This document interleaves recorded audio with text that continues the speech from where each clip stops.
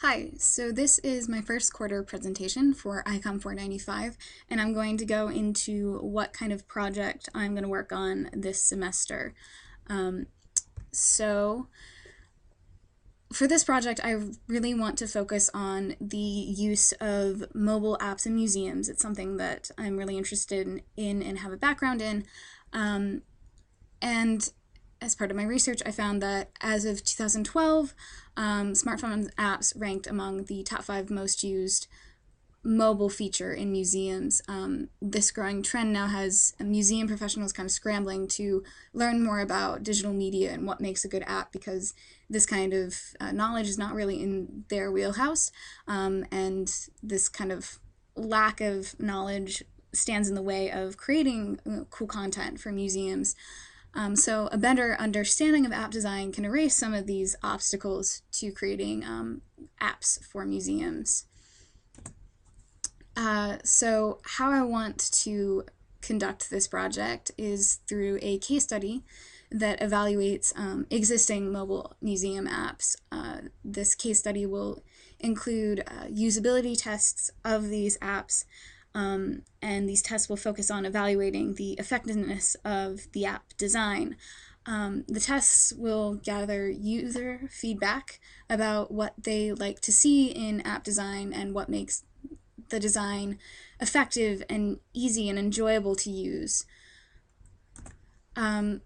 So the audience for this study is basically the people and groups that I will use as usability testers, because the demographic that largely uses smartphones and thus apps is, in their late teens and early 20s. This is kind of the demographic that I want to pull from, and the groups and clubs on campus that I think I can recruit to use as testers include the David Owsley Museum of Art Docents Program. These are the people that lead the tours at the art museum, so they've got a little bit of background in the museum world, and also students of the Ball State History Club.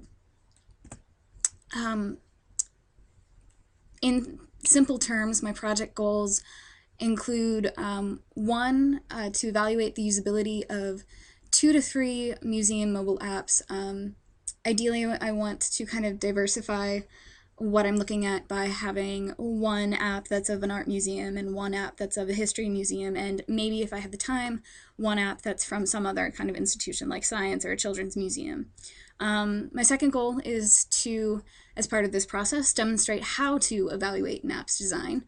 And third, my goal is, at the end of this, to develop a list of some of the best design principles and features included in these apps, based on the feedback and evaluation that I get from testers. My requirements list is basically what I need in order to do this project. And the list is twofold, because I've kind of got 2 parts to this project. I have a list for the case study itself, so these are the things that I need to actually do the tests to get the data.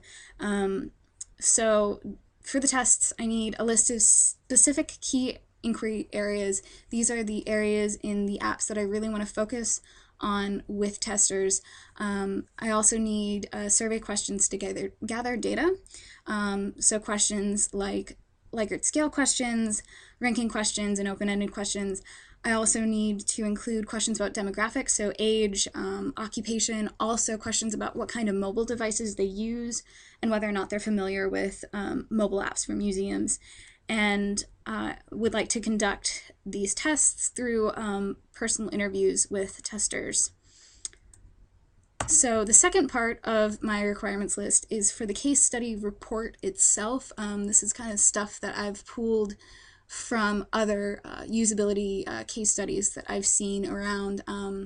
So for my report, I need to include a methodology, an executive summary of my findings, both quantitative and qualitative research, and this research would be most likely depicted through data graphs. And at the end, have a section on implications and what the reader can take away from the data. So for this part of the project, I did a little bit of research on what kinds of surveys people would be willing to take.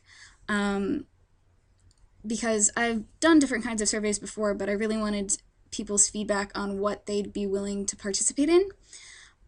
So I came up with 3 different kinds of user surveys. One is a survey form. This is your standard online survey where the tester reads the questions, gives the answers, submits the form. There's no moderator involved. It's just them and the computer. The second is a personal interview. This is where the moderator asks the questions and allows a dialogue with the tester. And the third option that I came up with was a focus group setting. This is where you got 2 to 3 people about answering and discussing the same questions with a moderator asking those questions. So I went to 5 different people and gave them just a couple of standard questions like those that I would ask. And I asked them, out of these 3 choices, which one would they be more willing to participate in. And out of the 5, 2 people ranked a survey, like a survey form, as their favorite. And they usually cited it as being the easiest option, not only for the tester, but also for the evaluator gathering the data. Then 3 out of the 5 testers that I asked ranked B, option B, where it's a personal interview. They ranked that one first. And they definitely stressed the point that a one-on-one setting feels more personal, and it feels like the evaluator actually values what the tester has to say, and that kind of environment is much better for them to give good feedback. And no one out of the 5 people that I asked ranked C, which was the focus group first. One person went so far as to say that getting a focus group of college students together didn't seem realistic. Another person also pointed out that a focus group doesn't always work out so well because maybe not everyone's honest in a group setting, or that not everyone's really willing to talk in a group setting. So that's why in my requirements list, I listed personal interviews as the way I wanted to gather data. So that's so far what I have planned for my project for Icom 495 and how I think I'm going to conduct it.